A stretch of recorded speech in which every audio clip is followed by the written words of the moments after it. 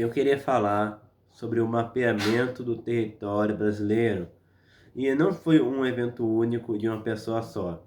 Ninguém chegou aqui num lugar tropical e do dia para noite mapeou tudo. As coisas não funcionam assim. Foi um processo longo, acumulativo e que foi incompleto durante vários séculos, tá? Enfim, demorou muito tempo por conta que o Brasil é um subcontinente. E você colocar todo um subcontinente é, mapeado bonitinho, numa época sem satélite, sem drone, sem meios aéreos, sem uma logística de mapeamento eficiente, era natural que muita coisa ficasse incompleta ou fosse muito lento.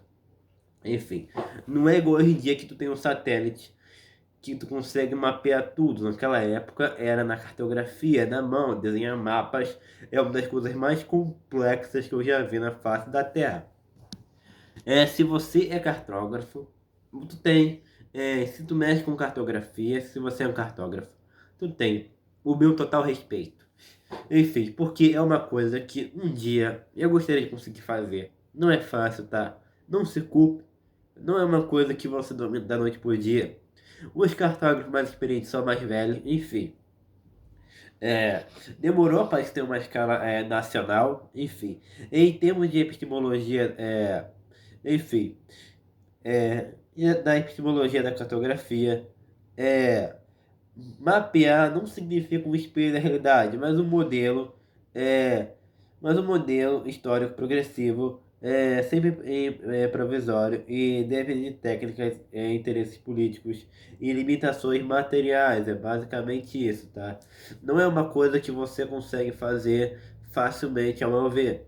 Se você não tiver paciente sentar numa mesa e ficar anos fazendo aquilo dali, é, tu não vai conseguir. Enfim, o primeiro contato cartográfico com o Brasil começou em 1500, no século XVI, com a expedição de Pedro Álvares Cabral, né, clássico. O registro inicial não é um mapa do Brasil inteiro, obviamente, mas um reconhecimento costeiro. A partir daí, o conhecimento foi construído por navegação portuguesa, por cartógrafos que nunca tiveram aqui, né? Enfim, foi categorizado por cartógrafos que nunca estiveram aqui, porque você ter a logística de trazer lá da Europa para cá é meio complicado, né? Você faz toda essa movimentação, enfim. Também ali foi movido por interesses políticos, limitações materiais, né? Enfim. O modelo história progressiva é muito complicado, enfim, né? É, no início foi um reconhecimento costeiro, como eu falei. É, cara, um trabalho de relato de viagem, né? Enfim, é basicamente isso. Um exemplo importante é o Planisfério de Cantino de 1502, lá no século XVI. Enfim, né?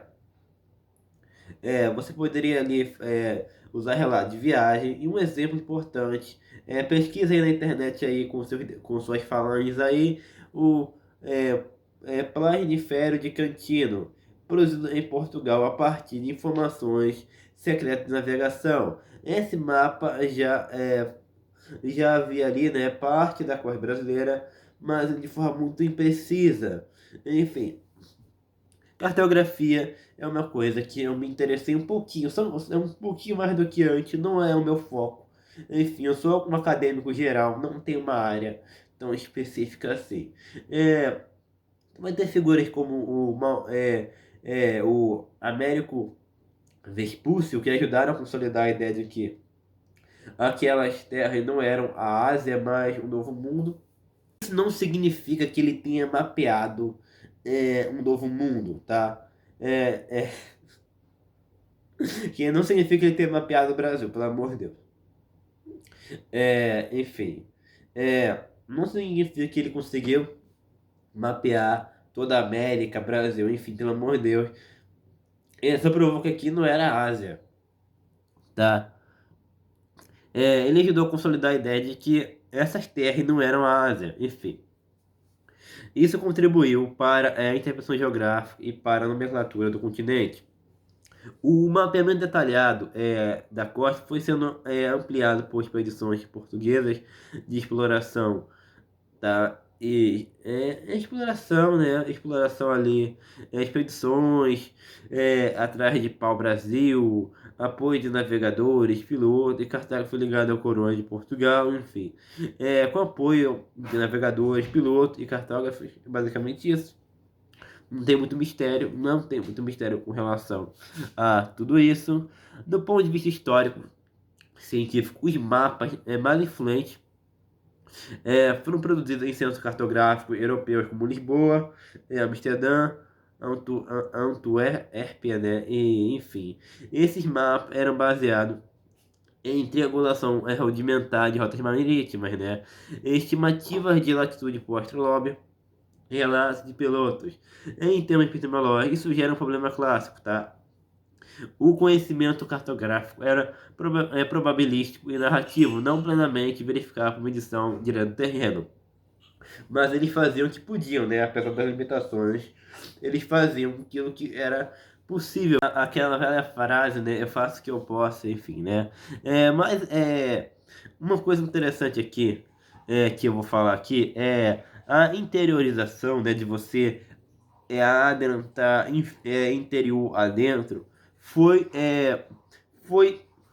feito por caras que não eram tão bonzinhos assim. Bandeirantes, tu sabe que Bandeirantes, índio, tem ali uma história de um passado não muito agradável, né? O que os bandeirantes faziam com os índios não era muito agradável, mas apesar disso, eles fizeram algo de bom, que foi mapear interior adentro. Sim, esses monstros, porque eu falo que eles foram monstros, tá? Eles eram diabólicos com a população indígena. Enfim, né? Jesus Cristo tenha misericórdia de nós, porque o Cristo Jesus, porque eles maltratavam demais, eles cometiam atrocidades com populações indígenas, mas apesar disso tudo, eles ajudaram a ampliar o conhecimento geográfico além da costa. No entanto, isso não é um mapeamento nacional no sentido moderno, mas de fragmentar de rios, rotas e áreas de mineração. O Tratado de Tordesilhas de 1494, depois de Madrid de 1150, também exigiram levantamentos mais temáticos para redefinir fronteiras, o que impulsionou expedições geográficas oficiais.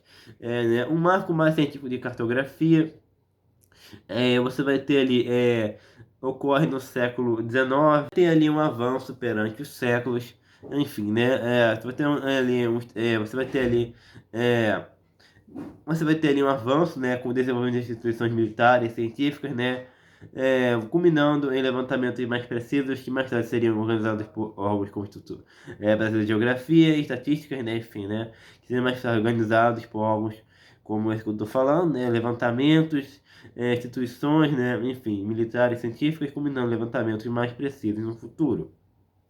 Enfim, né? Nesse período, o território brasileiro começa a ser representado com medições matemáticas, triangulação geodésica e padrões técnicos modernos. Enfim, né?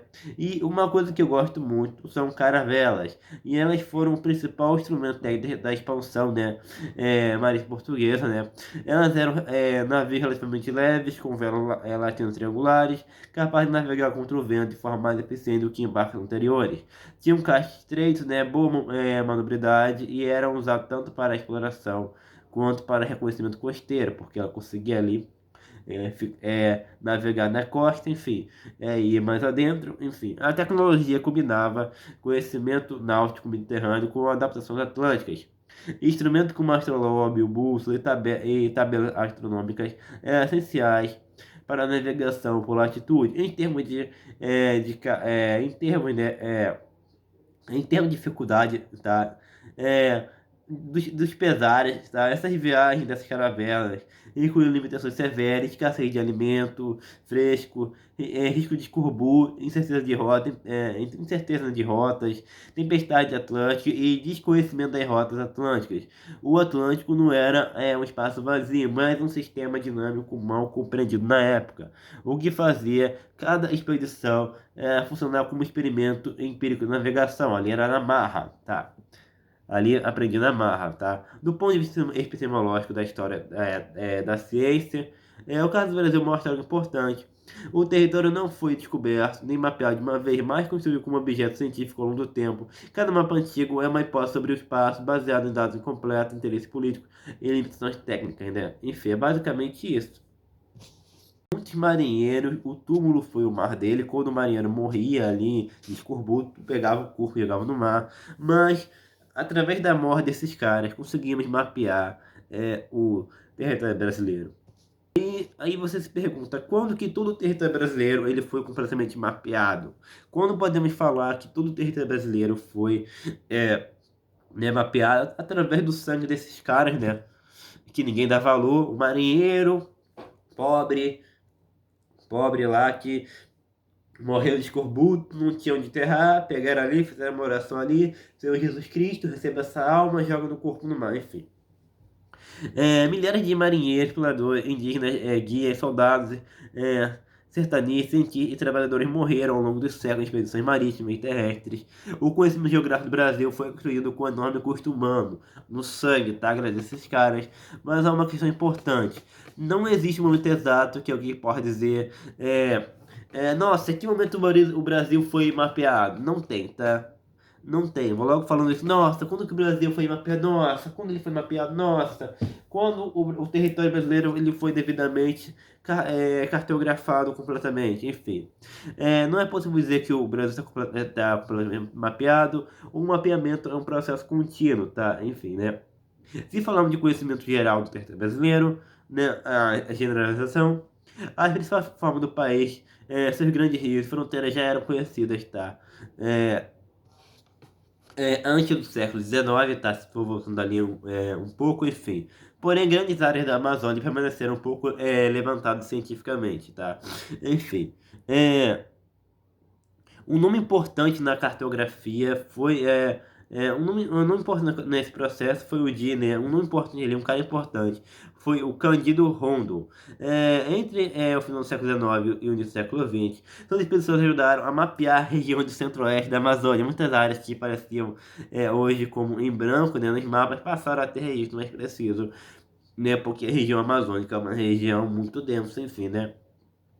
Já o mapeamento geodésico moderno, com coordenadas precisas, triangulação e depois fotografia aérea, a função de 4070 com o de aviões, radar e posteriormente satélites, né? O Brasil alcançou um nível de conhecimento cartográfico que os navegadores passados jamais teriam, né? Porque de 40 a 70, né? Muito tempo depois das grandes navegações, o uso de aviões, radar, né? E satélites, né? Com a tecnologia, com o passar dos séculos, os caras conseguiram tecnologia que os navegadores jamais imaginariam e que matariam para ter, né? Enquanto os navegadores ali tinham que fazer todo um mapeamento ali lento, demorado, enfim.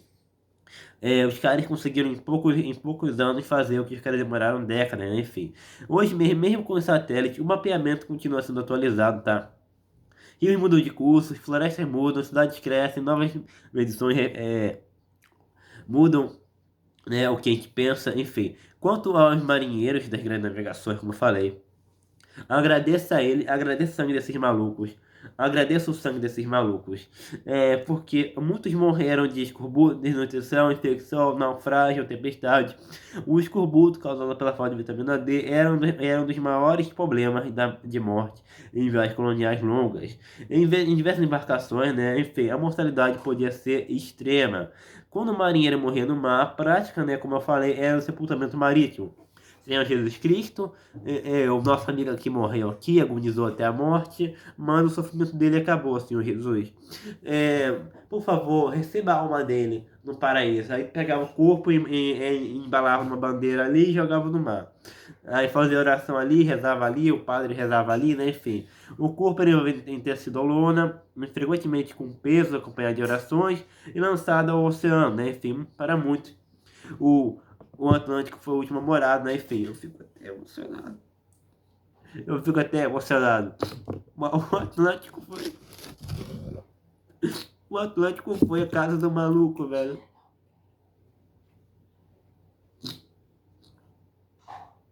Do ponto de vista histórico, bora lá.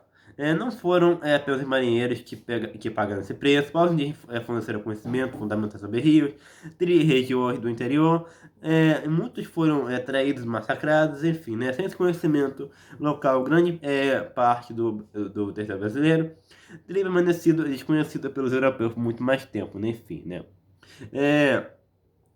É, se pudéssemos indicar um período em que o Brasil passou a ser conhecido e representado de forma completa em mapas nacionais, seria final do século XIX, século XX, quando os levantamentos científicos modernos alcançaram praticamente todo o território brasileiro nacional, né? Enfim, é basicamente isso, mas mais uma questão aqui, ó. Antes do século XIX, já tínhamos muita noção do Brasil, tá? Enfim, só que foi se aprofundando no século XX, enfim. Até hoje a Amazônia é desconhecida.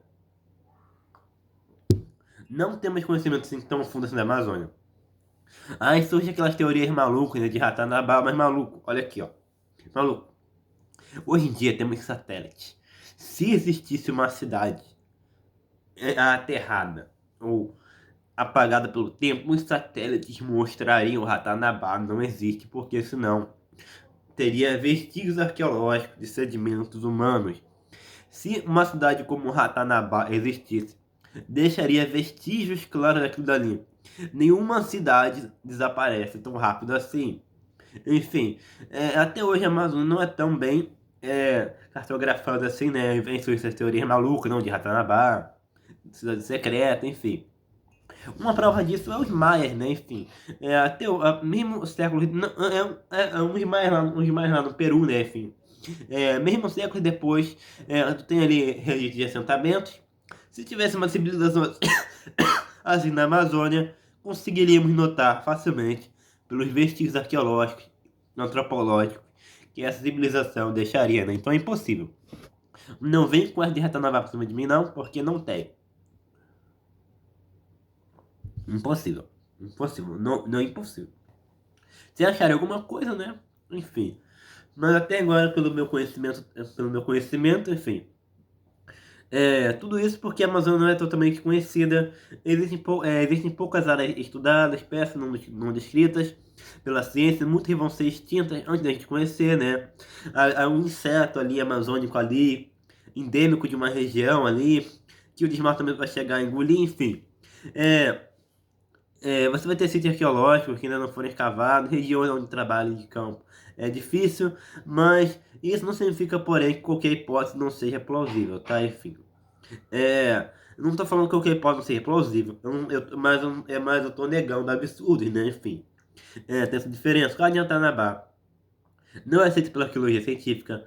É, não existem evidências publicadas em revistas científicas revisadas por pares, demonstrando a existência de uma cidade gigante e ultramilenar com as características alegadas naquele discurso de internet. Lembrando, eu não estou falando é, que assentamentos humanos não sejam possíveis, mas do nível de Ratanabá, né? Qualquer não significa que em qualquer hipótese seja de assentamento humano seja impossível.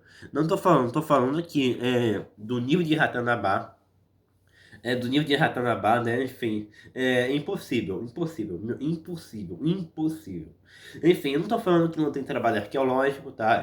Na Amazônia tem sim. Não significa que qualquer hipótese não seja possível. É, é basicamente isso, as pessoas confundem muito o que eu falo. Enfim, ó, eu não tô falando que Ratanabá pode existir. Eu falei que pode existir de assentamentos humanos são, obviamente, plausíveis de se encontrar, né? Mas esses caras são revolucionistas. Eles pegam, tipo, ó, a Amazônia não foi totalmente explorada e inventam todo o mito de Ratanabá com Ernesto Carneiro lá em Ratanabá escondido lá. Enfim, né? Portanto, uma cidade gigantesca. Impossível de estar escondido. Enfim, né? E cara, se tivesse uma civilização tão grande assim, deixaria cerâmicas, ferramentas, réis de construção, alteração química no solo, carvão de antigas fogueiras, estradas, terra preta antropogênica, modificação na vegetação. Enfim, na Amazônia, a ciência já encontrou evidências impressionantes de ocupações pré-colombianas complexas. Tá? Eu não estou descartando a possibilidade de populações de assentamentos ali, né? Enfim, enfim, por exemplo, Os geoglifos no estado do Acre, extensas áreas de terra preta, feita por populações indígenas, né? Produzida por populações que viveram ali, né, muito tempo atrás. Essa descoberta mostra que a Amazônia era mais povoada que pescadores, acredito, décadas atrás, né? Mas não significa que seja um racionabá da vida, enfim. Não estou negando que assentamentos humanos possam ser descobertos, que existam, enfim, não estou negando isso, deixando isso bem claro. Um aspecto interessante é que tecnologias modernas, como lidar, né, enfim, o laser aerotransportado tem revelado assentamentos ocultos sobre a floresta, né? Não estou negando isso, tem que possam existir dezenas de assentamentos, enfim, né? Recentemente foram identificadas redes urbanas antigas para a Amazônia Ocidental. Para a Amazônia Ocidental ali foi encontrado, né? Em outras regiões da América do Sul, essas descobertas são reais e publicadas em periódicos científicos. É, mas, olha aqui, ó.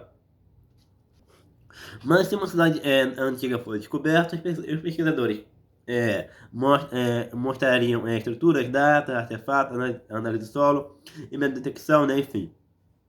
É, Enfim, né? Eu usei o exemplo de os maias, vou falar de novo, no sul do México, né? No sul do México, Belize, Barra de Honduras e El Salvador. Não no Peru, perdão, sendo que eu pausei o vídeo, né? Perdão, eu não era no Peru, era lá na América Central. Perdão, eu confundi os nomes. Corrija aí, pelo amor de Deus. Mesmo séculos após o abandono de muitas cidades mais. E continuam existindo pirâmides, plataformas, estradas elevadas e reservatórios e a observação de paisagem detectada por arqueologia e lida, né? Enfim, por isso, se uma metrópole amazônica comparável às maiores cidades antigas existentes existisse, né? Tu teria ali muitas provas disso, né? Enfim, né? Comunidade de habitantes, seria esperado encontrar uma grande quantidade de evidência arqueológica associada, tá? Então, mas não tem. A ciência atual sugere algo mais interessante e plausível. A Amazônia provavelmente abrigou inúmeras sociedades complexas, né? Algumas bastante populosas e tecnologicamente adaptadas à floresta, mas não há evidência de uma mega civilização globalmente escondida. Quando as pessoas falam isso, ai, Mikael, ai, tadinho deles, eles estão querendo fazer ciência, ai, coitadinho deles, ai, coitadinho, ai, gente, tadinho. Cara, eu não tenho pena. Primeiramente que eu não tenho pena. Se o cara quer ficar em pseudociência, eu não tenho pena. Enfim, né? Eu não tenho pena. O cara não consegue nem pronunciar um nome taxonômico correto. Enfim, um exemplo aqui, enfim, né? Eu não tenho pena, eu não tenho pena, eu não tenho pena, eu não tenho pena. Você fica inventando uma história maluca de Ratanabá. Enfim, cara, olha aqui, ó. Eu entendo, eu vou falar de novo, eu entendo que a Amazônia é cartograficamente muito difícil de você ver, de você visualizar. Um ambiente hostil, né, com várias doenças tropicais, e chance de você desaparecer ali dentro, mas não tem como, tá? Não tem como. Não tem como. Eu me recuso a aceitar pseudociência. Eu me recuso. Enfim, a dificuldade de explorar a Amazônia não transforma qualquer hipótese extraordinária em plausível. Tá, olha aqui, a Amazônia é de fato o ambiente mais difícil do planeta para se pesquisar. Floresta densa, chuvas intensas, grandes distâncias, poucas estradas, área remota acessível apenas por rio ou aeronaves, né? A vegetação que cobre estrutura abandonada, né, rapidamente, mas não significa que tem uma cidade ali dentro. Por conta disso, a arqueologia amazônica ainda faz descobertas relevantes. Nas últimas décadas, pescadores encontraram geoglifos, aldeias antigas, sistemas agrícolas e redes de assentamento que eram conhecidas. Uma diferença entre o sítio arqueológico para descobrir e uma cidade sem qualquer evidência empírica robusta. A primeira afirmação, né, é apoiada por evidência que há sítio arqueológico para descobrir. Mas a segunda, você fala para mim que tem ali uma cidade gigantesca ali, do tamanho de São Paulo, pelo amor de Deus, velho, enfim. É, na ciência, enfim, né, tem muito de você pegar e aumentar uma coisa, né, para dar visualização, enfim. Essa pessoa do ciência, na ciência tem esses caras, essa vertente, que eu nem é ciência de verdade, enfim, né. Essa pessoa do ciência aí de pegar um fato científico e distorcer ele, enfim, né. É, não é nem ciência, perdão, não é nem ciência. Epistemologicamente falando, uma hipótese ordinária precisa produzir evidência observável. Se alguém afirma que existiu uma cidade enorme antiga, espera-se encontrar cerâmica, ferramentas, modificação do solo, reconstruções, padrões de ocupação humana, registro datável, né? Enfim, né? Quando estruturas antigas reais são descobertas na Amazônia, os pesquisadores precisariam, né?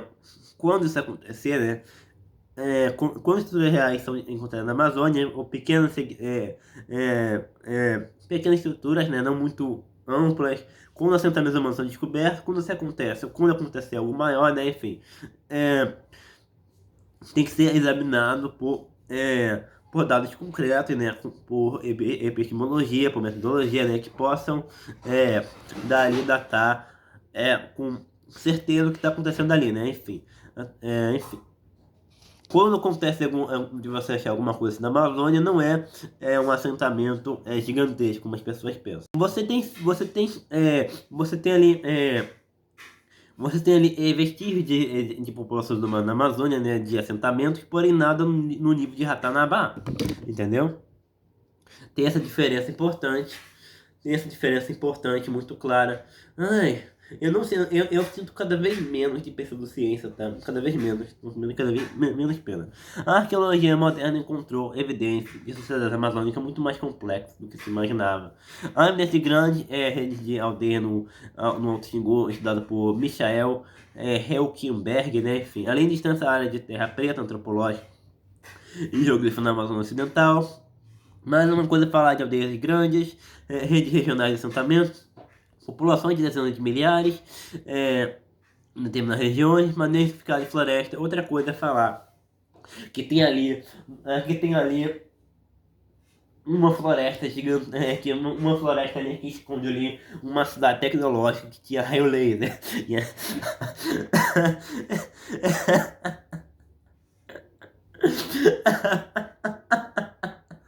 Enfim, né? É uma coisa falar que tem ali, rapaz, né? Rapaz, ainda tu tá lá na Amazônia e encontra uma cidade que nenhum GPS detectou, pô. É muita sacanagem, velho. É muita sacanagem. Enfim, né? Ia deixar assinatura arqueológica, obras de terra, artefatos, né? Modificações de paisagem, construções de cerâmica, enfim. Quando pesquisadores usam tecnologia como lidar imagens satélites na Amazônia, encontram vestígios reais de ocupação humana antiga. Um problema para a hipótese naval que não parece ter um conjunto de evidências compatíveis com alegações que as pessoas falam, né? Enfim. Ver um bom exemplo aqui, a situação parecida com dos mares. Durante muito tempo, lá na América Central, a floresta escondia muitas estruturas. Quando a tecnologia melhorou, né, lá na América Central, surgiram evidências concretas, cidades, estradas elevadas, reservatórios, pirâmides e assentos interligados. As evidências lá na América Central apareceram, né, porque estruturas realmente estiveram lá. Só que aqui na América do Sul, não. Se existisse uma mega cidade amazônica com a escala frequente atribuída a Ratanabá, seria esperado encontrar uma quantidade desproporcionalmente grande, né? Seria um tanto desproporcional, para tu ter uma noção, também não ia acompanhar tanta informação de artigo científico que isso geraria, enfim. Rapaz, tá vendo isso daqui, ó? Olha pra isso daqui, ó. Olha pra cá, veja bem, olha aqui, ó. Você acha mesmo que se algo assim... Olha aqui, ó. Você acha mesmo que se algo como os maias existisse, você acha mesmo que cientistas não iriam perceber? Olha aqui, ó. Isso daqui é maia. Existe lá na América Central. Não no Peru, como eu falei, perdão. Enfim, se existisse algo assim, estaria visível, né? Estaria visível para todo mundo ver. Olha aqui, ó. Bicho. Olha isso daqui, ó. Olha essa pirâmide. Bicho, olha pra essa pirâmide. Olha pra essa pirâmide. Olha aqui, ó. Estamos falando de uma civilização com a escala atribuída a Ratanabá, que é os maias. Seria muito difícil que passasse completamente percebido por arqueologia moderna. Mas é importante uma ressalva científica. Visível nem sempre significa visível a olho nu. Muitas cidades maias ficaram cobertas pela floresta por séculos.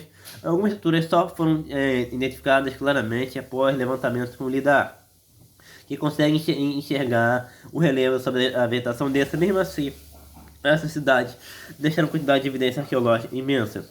Um porcentagem aqui, uma civilização grande, deixa marca persistente. Plataforma e fundações, cerâmica em grande quantidade, alterações químicas do solo, estradas e canais, áreas agrícolas modificadas, restos humanos, artefatos diversos, né, enfim. Na Amazônia, quando arqueólogos encontraram sociedades completas antigas, eles encontraram também esse tipo de evidência. Né, enfim, não encontraram apenas uma história, uma tradição oral isolada, né, enfim, né. Quando os arqueólogos encontraram a sociedade completa antiga, eles encontraram justamente esse tipo de evidência, tá? Enfim, né. Um assentamento em pequena cidade pode ficar desconhecido por muito tempo, tá? A pergunta: seria possível esconder uma cidade enorme durante séculos sem deixar um conjunto massivo de evidências? Quanto maior a civilização, mais difícil é. Por isso, a posição científica atual é que a Amazônia certamente ainda gosta de sítios arqueológicos desconhecidos em cidades antigas que ainda não são estudadas, porém uma mega cidade ou civilização como Ratanabá deveria produzir evidência muito mais abundante, enfim, né? Enfim. O que eu posso falar mais? É, Pra mim, isso é tão absurdo. E para mim, isso é tão absurdo quanto falar pra mim. Isso é tão absurdo quanto falar pra mim que Jesus Cristo esteve nas Américas. Isso é tão absurdo pra mim quanto isso, né? É tão absurdo quanto você falar pra mim que Jesus Cristo veio aqui nas Américas e falou com os povos indígenas daqui. Isso é tão absurdo quanto isso, enfim, né? É, enfim. É uma comparação aqui porque tem aquela ideia dos mormons, né? Que Jesus Cristo esteve nas Américas, enfim. Toda aquela teologia mormon, enfim, né?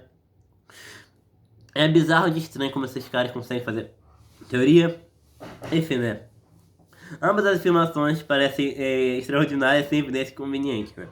Convincente. A hipótese de uma mega cidade amazônica é uma afirmação sobre arqueologia, né? Geografia e história material. Enfim, em princípio, ela pode ser atestada por evidências físicas, gravações, artefatos, estruturas, datações, análise do solo, que nada foi encontrado.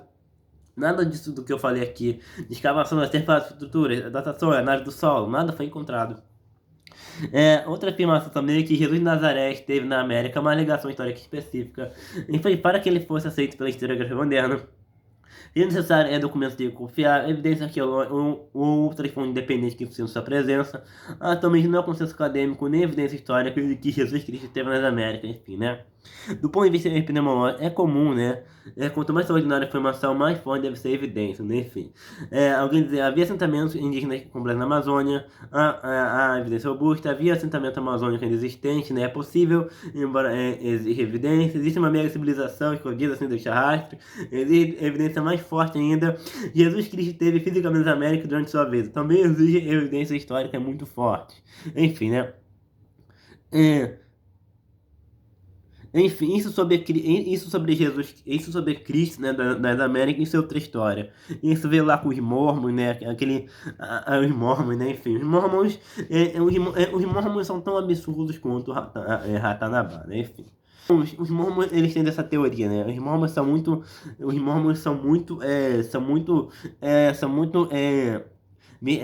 misteriosos, né? Enfim, inventa um montão de coisa. Enfim, né? É uma crença central da Igreja de Jesus Cristo são dos últimos dias. Os membros são conhecidos como os Mormons. Segundo o livro Mormon, após a sua ressurreição, Jesus teria aparecido a povos que vieram das Américas. Isso é uma doutrina religiosa tradição. Do ponto de vista acadêmico, porém, a situação é diferente. Historiadores arqueológicos e antropólogos não consideram que existam evidências arqueológicas ou históricas independentes que afirmam os eventos que falam a tradição mormon, né, pela tradição religiosa.